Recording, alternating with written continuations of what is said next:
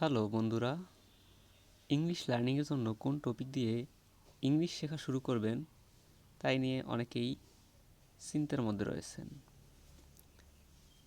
এ নিয়ে আর চিন্তা নয়, বরং আমরা এখন দেখব কোন টপিক নিয়ে ইংলিশ শেখা শুরু করা যেতে পারে। ইংলিশ শেখার ক্ষেত্রে অনেকগুলো বিষয় রয়েছে। সেই বিষয়গুলো সব একসাথে শেখা সম্ভব নয়, বা শেখা শুরু করাটা বোকামি ছাড়া আর কিছু নয়। ইংলিশ শেখার জন্য প্রথমেই আমরা যে কাজটি করতে পারি সেটি হলো ওয়ার্ড মিনিং শেখা। আপনারা জানেন যে যে কোনো ভাষায় কথা বলতে হলে কথার মধ্যে আমরা প্রচুর বাক্য বলি এবং এই বাক্যগুলো অনেক ওয়ার্ড নিয়ে গঠিত হয়ে থাকে। সুতরাং সেন্টেন্সের বেসিক ইউনিট ওয়ার্ড। এই ওয়ার্ডগুলো জানার জন্য আমাদের অনেক ওয়ার্ড পড়তে হয়, ওয়ার্ড শিখতে হয়। তাই প্রথমেই বন্ধুরা আপনারা ওয়ার্ড মিনিং শেখা শুরু করতে পারেন এবং একটির পাশে একটি ওয়ার্ড সাজিয়ে ইংলিশ সেন্টেন্স তৈরি করা যাবে। আর সেই একের পর এক সেন্টেন্স বলার মাধ্যমে আমরা আমাদের মনের ভাব প্রকাশ করতে পারবো। আর মনের ভাব প্রকাশ করার মাধ্যমকেই বলা হয় ল্যাঙ্গুয়েজ বা ভাষা। তাই ইংলিশ শেখার শুরুতেই ওয়ার্ড মিনিং দিয়ে ইংলিশ শেখা শুরু করাটা দরকার।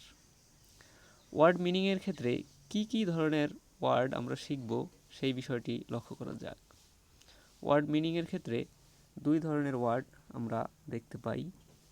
এক, ভার্ব, অর্থাৎ ভার্ব বিষয়ক ওয়ার্ড। আর দুই হলো ভার্ব ছাড়া অন্যান্য যে সকল ওয়ার্ড রয়েছে সেই ওয়ার্ডগুলো, যেগুলোকে বলা যায় নন ভার্ব। ভার্বগুলো হলো আমাদের সেন্টেন্সগুলোতে অপরিহার্যভাবে ভার্বের দরকার হয়। সেগুলো হলো যেমন ডু, গো, টেল, ইটিসি। আমাদের সেন্টেন্সগুলোতে ভার্ব ইউজ করে থাকি। ভার্ব ছাড়া সেন্টেন্স কমপ্লিট হয় না। আর ভার্ব এবং অন্যান্য ওয়ার্ডগুলো কিভাবে পাশাপাশি বসাবো সেজন্য আমাদের সেন্টেন্স মেকিং জানতে হবে। ভার্ব শেখার জন্য আমরা আমাদের বই থেকে ভার্বের যে ওয়ার্ডগুলো রয়েছে সেই ওয়ার্ডগুলো পড়ব এবং শেখার চেষ্টা করব। ভার্ব ছাড়া আমাদের শিখতে হবে নন ভার্ব, যেগুলো হলো পার্টস অফ স্পিচের বিভিন্ন প্রকার, যেমন নাউন, অ্যাডভার্ব, অ্যাডজেক্টিভ। এগুলো সাবজেক্টের স্থানে অথবা অবজেক্টের স্থানে বসে সেন্টেন্স মেকিংয়ে সাহায্য করে থাকে। তাই আমরা দুই ধরনের ওয়ার্ড শিখব, এক হলো ভার্ব আর দুই হলো নন ভার্ব। এরপরে আসে সেন্টেন্স মেকিং। আমরা যদি ওয়ার্ড শিখি তখন ওয়ার্ডগুলো ব্যবহার করার জন্য আমাদের প্রয়োজন হবে সেন্টেন্স তৈরি করা। সেন্টেন্স তৈরি করার ক্ষেত্রে আমরা নির্দিষ্ট ফর্মুলা অর্থাৎ গ্রামারের যে স্ট্রাকচার রয়েছে সেটা ফলো করে ওয়ার্ডগুলো সাজিয়ে সেন্টেন্স তৈরি করতে পারবো। আর সেন্টেন্সের মাধ্যমেই আমরা আমাদের মনের ভাব প্রকাশ করব। একের পর এক সেন্টেন্স যখন বলা হবে তখন আমরা অনেক কথা বলতে পারবো এবং আমরা যে কথা প্রকাশ করতে চাই, যা বলতে চাই সেগুলো বলা সম্ভব হবে। সেন্টেন্স মেকিংয়ের ক্ষেত্রে কি কি করতে হবে? সেন্টেন্স মেকিংয়ের ক্ষেত্রে আমাদেরকে টেন্স শিখতে হবে, সেন্টেন্স শিখতে হবে। এছাড়া গ্রামারের আরও অনেকগুলো পার্ট রয়েছে যেগুলো শেখা যেতে পারে। কিন্তু বেসিক্যালি টেন্স এবং সেন্টেন্স শিখতে পারলে সেন্টেন্স মেকিং করা সম্ভব হবে এবং সেগুলো ইউজ করে আমরা ডেইলি লাইফে প্রচুর কথা বলতে পারবো, আমাদের মনের ভাব ব্যক্ত করতে পারবো। এরপরে আসে ট্রান্সলেশন। আমাদের সামনে বিভিন্ন সময়ে বিভিন্ন ধরনের ট্রান্সলেশন পড়ে থাকে। যেমন ইংলিশ কোনো স্টোরি, টেক্সট অথবা কোনো অ্যাসে, কম্পোজিশন, স্টোরি, বিভিন্ন বিষয় আমাদের সামনে আসে।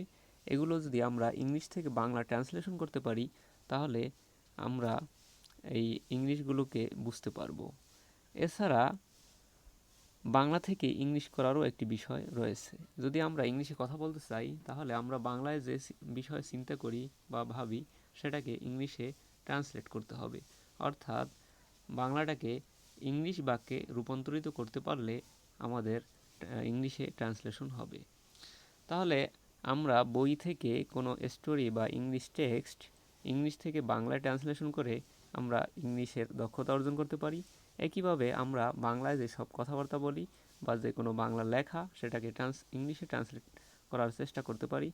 এতে করে আমাদের ইংলিশের দক্ষতা বহুগুণে বেড়ে যাবে। বন্ধুগণ, এভাবে করে আমরা ইংলিশের দক্ষতাকে বৃদ্ধি করতে পারবো। প্রথমেই আমরা ওয়ার্ড মিনিং শিখব, এরপরে সেন্টেন্স বিল্ডিং আমাদেরকে শিখতে হবে। যদি আমরা সেন্টেন্স তৈরি করতে চাই তাহলে সেন্টেন্সের মধ্যে প্রচুর ওয়ার্ড ব্যবহার হবে, এজন্য ওয়ার্ড শিখতে হবে। ওয়ার্ডগুলো ব্যবহার করে সেন্টেন্স তৈরি করতে পারবো। সেন্টেন্স তৈরি করলে একের পর এক সেন্টেন্স ব্যবহার করে আমরা আমাদের মনের ভাব প্রকাশ করতে পারবো। এছাড়া আমাদের এই শেখাটাকে আরও বেশি অ্যাডভান্স লেভেলে নিয়ে যেতে আমরা প্রচুর ট্রান্সলেশন প্র্যাকটিস করতে পারি, সেটা ইংলিশ থেকে বাংলা হোক অথবা বাংলা থেকে ইংলিশ হোক। আশা করি বন্ধুগণ, আজকের এই আলোচনা থেকে আপনারা কিভাবে সহজে ইংলিশ শিখবেন এবং কোথা থেকে শুরু করবেন সে বিষয়টি বুঝতে পেরেছেন। বন্ধুগণ, ভিডিওটি ভালো লাগলে সাবস্ক্রাইব করবেন, তাহলে রেগুলার ভিডিও আপনাদের চ্যানেলে নোটিফিকেশন যাবে। ধন্যবাদ।